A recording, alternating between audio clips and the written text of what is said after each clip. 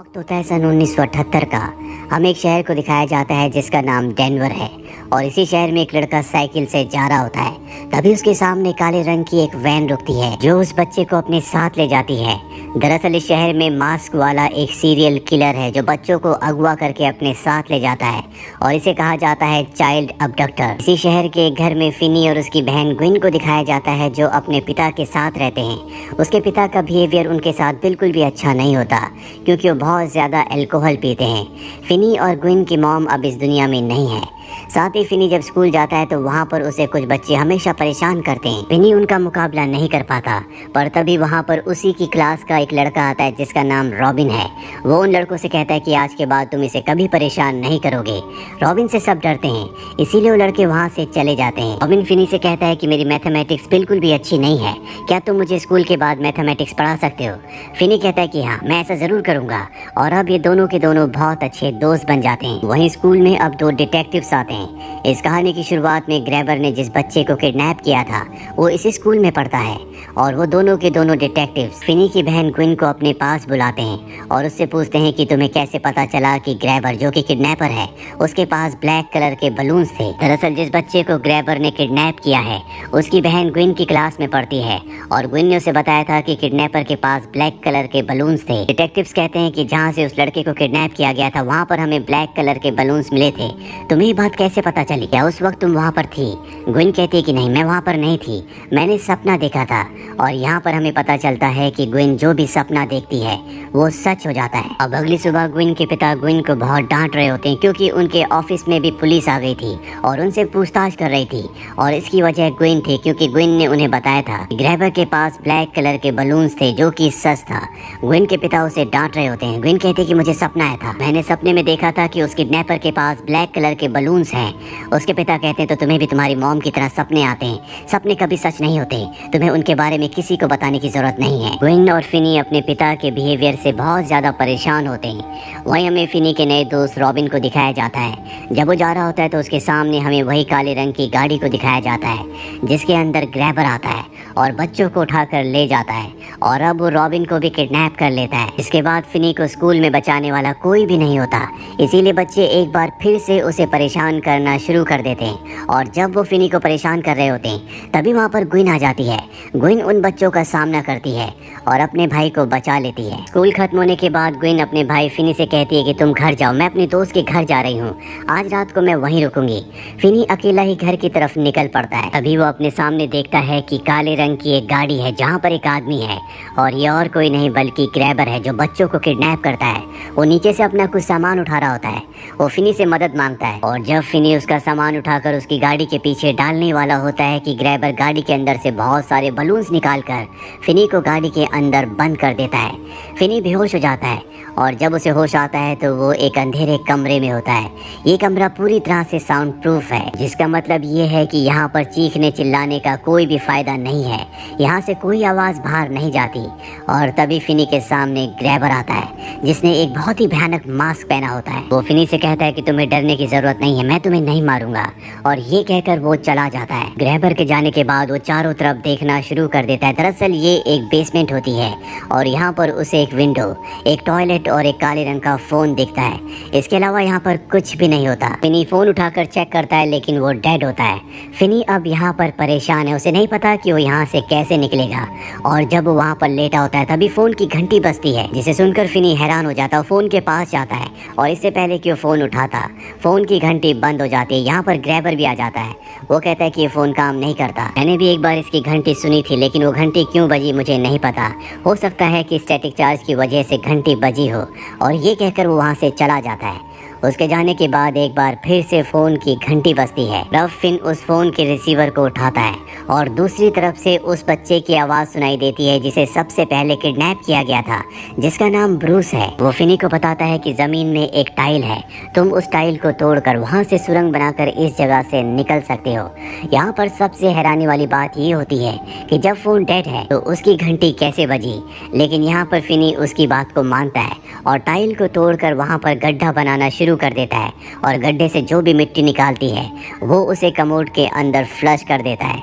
वहीं दूसरी तरफ हमें दिखाया जाता है कि ग्वेन को एक बार फिर से सपना आता है जिसमें वो अपने भाई फिनी को और ग्रैबर को देखती है। वहीं हमें ग्रैबर को दिखाया जाता है जो फिनी के लिए खाना लेकर आता है और खाना देने के बाद जब वो जाता है तो दरवाज़ा बंद नहीं होता। इससे पहले कि फिनी दरवाजे से बाहर जाता एक बार फिर से फ़ोन की बेल बजती है। वो रिसीवर उठाता है और इस बार दूसरी तरफ कोई और लड़का होता है। वो फिनी से बात करता है। दरअसल ये भी उसी के स्कूल में पढ़ता है। फिनी और ये एक दूसरे को जानते हैं लेकिन उसे फिनी के बारे में अब कुछ भी याद नहीं है। ऐसा ही पहले लड़के ने भी कहा था जिसने फिनी को कहा था कि तुम्हें सुरंग बनानी चाहिए। और जब फिनी अब इस लड़के से बात कर रहा होता है तभी यहाँ पर हमें कुछ बच्चों की आत्माओं को दिखाया जाता है जिससे हमें समझ में आ जाता है कि ग्रैबर ने सभी बच्चों को पकड़कर मार दिया है। और यहाँ पर उन बच्चों की आत्माएं हैं जो फिनी को कॉल करके उसकी मदद करने की कोशिश कर रही हैं। वो फिनी से कहते हैं कि ग्रैबर ने जानबूझकर दरवाज़ा खोला है। वो चाहता है कि तुम ऊपर जाओ और अगर तुम ऊपर गए तो वो तुम्हें मार डालेगा। तुम किसी भी कीमत पर ऊपर मत जाना। मैंने यहाँ पर एक वायर को छुपाया था। तुम उस वायर की मदद से खिड़की से यहाँ से निकल सकते हो। फिनी उस वायर को उस केबल को ढूंढ लेता है और उससे खिड़की के ऊपर चढ़ने की कोशिश करता है पर वो ऐसा नहीं कर पाता। वहीं हमें फिनी की बहन ग्विन को दिखाया जाता है जो अपने पिता को अपने सपनों के बारे में बताती है। उसके पिता कहते हैं कि तुम्हारी मॉम को भी इसी तरह के सपने आया करते थे जिससे वो बहुत ज़्यादा परेशान थी और मैं नहीं चाहता कि तुम्हें भी उसी तरह की परेशानी हो। ग्विन बताती है कि मैंने सपने में उस मास्क मैन को यानी कि ग्रैबर को और अपने भाई को देखा था। मैंने उस जगह को भी देखा है। हमें उस जगह को ढूंढना चाहिए। ग्विन के डैड भी अपने बेटे फिनी के लिए परेशान होते हैं इसीलिए वो अपनी बेटी के साथ अपने बेटे को ढूंढने के लिए मान जाते हैं। वहीं डिटेक्टिव्स को दिखाया जाता है जो एक घर में जाते हैं जहाँ पर मैक्स नाम का आदमी अपने भाई के साथ रहता है। मैक्स के पास इन्वेस्टिगेशन करने के लिए डिटेक्टिव्स इसलिए आते हैं क्योंकि ये थोड़ा सा सनकी होता है। मैक्स कहता है कि मुझे पूरा यकीन है कि वो किडनैपर इसी एरिया में रहता है इसीलिए बच्चे गायब होकर अचानक से यहीं कहीं गायब हो जाते हैं। बहुत इन्वेस्टिगेशन करने के बाद भी डिटेक्टिव्स को कोई क्लू नहीं मिलता और वो इस जगह से चले जाते हैं। और सच्चाई तो ये होती है कि इसी घर के बेसमेंट में फिनी को कैद किया होता है जिसके बारे में मैक्स को नहीं पता होता। मैक्स का जो भाई है वही ग्रैबर है और इस बारे में मैक्स को कोई भी अंदाज़ा नहीं है। ग्रैबर फिनी के लिए खाना लेकर जाता है और उसे कहता है कि अगर तुमने मुझे अपना नाम बताया तो मैं तुम्हें यहाँ से जाने दूंगा। फिनी जानबूझकर उसे अपना नाम गलत बताता है जिससे ग्रैबर को गुस्सा आता है। ग्रैबर उसके सामने न्यूज़पेपर फेंकता है जिसमें फिनी के गायब होने की उसके अगवा होने की खबर छपी होती है। ग्रैबर वहाँ से चला जाता है जिसके बाद फिनी को यहाँ पर एक बच्चे की आत्मा दिखती है और तभी एक बार फिर से फ़ोन रिंग होता है और जब वो फ़ोन को उठाता है तो वो आत्मा फ़ोन के ज़रिए से बताती है कि ग्रैबर ने तुम्हें अभी तक इसलिए नहीं मारा क्योंकि तुमने उसकी गेम नहीं खेली। वो तुम्हारे साथ एक गेम खेल रहा है। अगर तुमने उसके साथ उस गेम को खेला होता तो अब तक वो तुम्हें मार चुका होता। तुम अगर यहाँ से निकलना चाहते हो तो ये सही वक्त है क्योंकि इस वक्त ग्रैबर सो रहा है। ऊपर जो उसने लॉक का पासवर्ड रखा है वो मेरी साइकिल के लॉक का पासवर्ड है जिसे मैंने दीवार पर लिखा हुआ है। और जब फिनी वहाँ पर देखता है तो वहाँ पर पासवर्ड लिखा होता है 23317 और अब फिनी धीरे धीरे ऊपर जाने लगता है। पर यहाँ पर ग्रैबर का जो डॉग होता है वो भौंकना शुरू कर देता है जिससे ग्रैबर उठ जाता है। हालांकि फिनी घर के बाहर निकल जाता और भागने लगता है लेकिन ग्रैबर उसे पकड़कर एक बार फिर से वापस बेसमेंट में ले आता है। यानी फिनी एक बार फिर से ग्रैबर की कैद में है। अब यहाँ पर फ़ोन बजता है और अब जब वो फ़ोन उठाता है तो यहाँ पर एक दूसरा लड़का उससे बात करता है जो कभी उसे परेशान किया करता था। और तभी हमें दिखाया जाता है कि जहाँ पर फिनी बैठा होता है उसी के ऑपोजिट तरफ उस लड़के की आत्मा बैठी होती है जो फिनी को फ़ोन के जरिए बताता है कि अगर तुम एक दिन में यहाँ से नहीं निकले तो वो तुम्हें मार देगा और अब तुम्हारे पास यहाँ से निकलने का एक ही रास्ता है। तुम्हें दीवार को तोड़कर दूसरी तरफ जाना होगा जहाँ पर एक बहुत बड़ा फ्रीज़र है। उस फ्रीज़र के ज़रिए तुम यहाँ से भाग सकते हो। और वो ऐसे ही करता है। वो दीवार को तोड़कर दूसरी तरफ जाता है जहाँ पर एक बहुत बड़ा फ्रीज़र होता है पर उसकी किस्मत अच्छी नहीं होती क्योंकि फ्रीज़र में लॉक लगा होता है। फिनी अब अपनी हर एक कोशिश से पूरी तरह से टूट चुका है। उसे लगता है कि उसकी ज़िंदगी का अंत आ चुका है। ग्रैबर जल्दी उसे मार देगा पर एक बार फिर से फ़ोन की घंटी बजती है और जब फिनी फ़ोन के रिसीवर को उठाता है तो दूसरी तरफ से रॉबिन की आवाज़ आती है। रॉबिन वही लड़का होता है जो स्कूल में उसे दूसरे बच्चों से बचाया करता था। यहाँ पर हमें रॉबिन की आत्मा को भी दिखाया जाता है। रॉबिन की आत्मा उसे उसे कहती है कि तुम्हें हिम्मत नहीं हारनी, तुम्हें लड़ना होगा। इस फोन के रिसीवर के अंदर तुम मिट्टी भर दो जिससे भारी हो जाएगा और इसे तुम हथियार की तरह इस्तेमाल करके दरवाजे को यानी कि फ्रीजर के लॉक को तोड़ सकते हो। वही हमें फिनी की बहन ग्विन को दिखाया जाता है जिसने सपने में ग्रैबर के घर को देख लिया होता है और अब वो अपनी साइकिल से ग्रैबर के घर को शहर में ढूंढना शुरू कर देती है।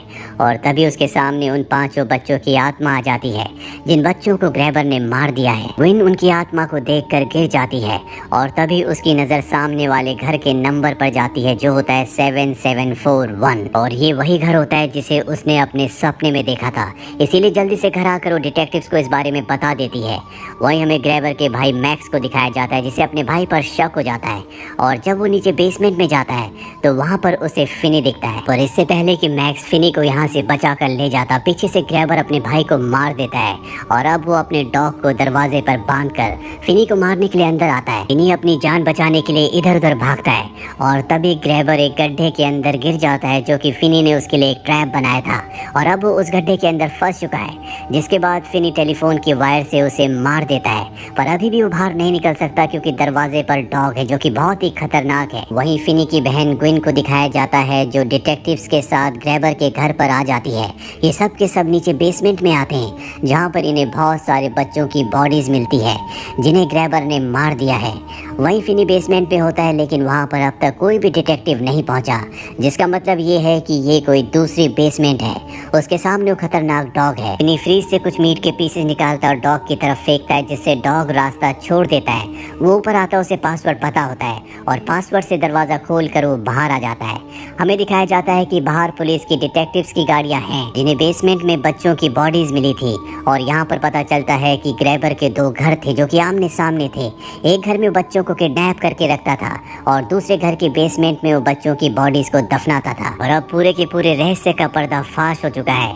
फिनी और ग्विन के पिता अपने बच्चों से माफ़ी मांगते हैं और उनके साथ अच्छा बर्ताव करने का वादा करते हैं। अगली सुबह दिखाया जाता है जब फिनी अपने स्कूल में जाता है। अब वो पूरी तरह से बदल चुका है। वो पहले वाला फिनी नहीं रहा जो कि डरा करता था। सब बच्चे उसे देख रहे होते हैं क्योंकि ग्रैबर को मारकर उसकी कैद से आज़ाद होकर वो अब बहुत ज़्यादा फेमस हो चुका है। इसीलिए कहा जाता है कि डर के आगे जीत है। इसी के साथ ये फिल्म, ये कहानी यहीं पर ख़त्म हो जाती है। ये फिल्म ईयर 2021 में रिलीज़ हुई थी। IMDb पर इसकी रेटिंग है 7। उम्मीद करते हैं कि ये कहानी आपको पसंद आई होगी।